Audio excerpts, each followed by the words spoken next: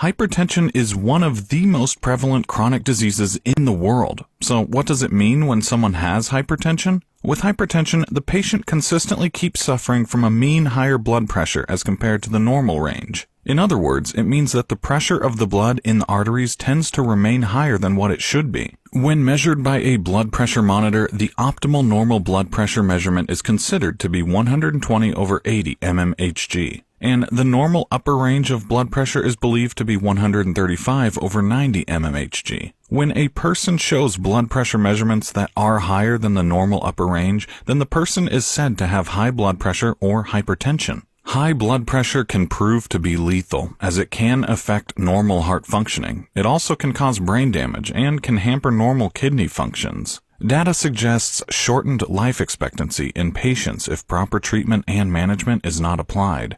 Many different factors can contribute to the occurrence of the disease. It has been noted that about 90 to 95% of the people who have hypertension suffer from primary hypertension. The word primary hypertension implies that the hypertension is of unknown origin. Still, there are some factors that have been found to contribute to the occurrence of the disease. The biggest one is obesity and weight gain. These play a major role in the development of hypertension. Obesity may account for 65 to 70% of the risk for the onset of hypertension in an individual. Sedentary lifestyles are a lifestyle devoid of physical activity, and they've been termed as a leading cause for the development of hypertension in most patients. Junk food and high sodium intake is also a culprit. We are naturally adapted for the intake of 2.5 grams of salt per day, and usually the same amount of salt has to be excreted from the body. Hypertension can develop as a consequence of the body not being able to excrete sodium from its system properly.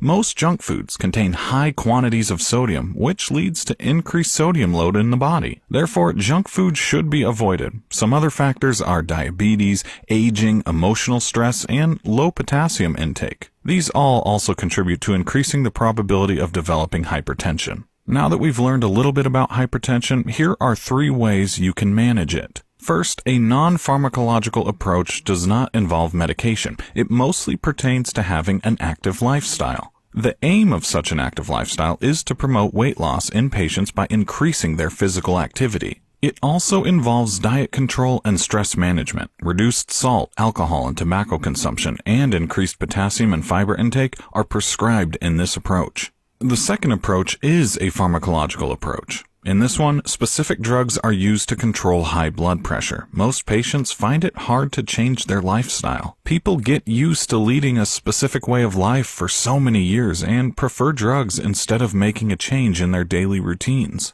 These drugs work by maintaining the blood pressure at normal levels so that injury to the different organs of the body can be avoided. And lastly, a combination of both pharmacological and non-pharmacological approaches can be used. This comprehensive hypertension management approach focuses on reducing the overall harmful effects of the disease by applying both lifestyle modifications and pharmacological interventions. Thank you so much for watching this video. If you liked it, please share with your friends and family, and also follow this page for more videos.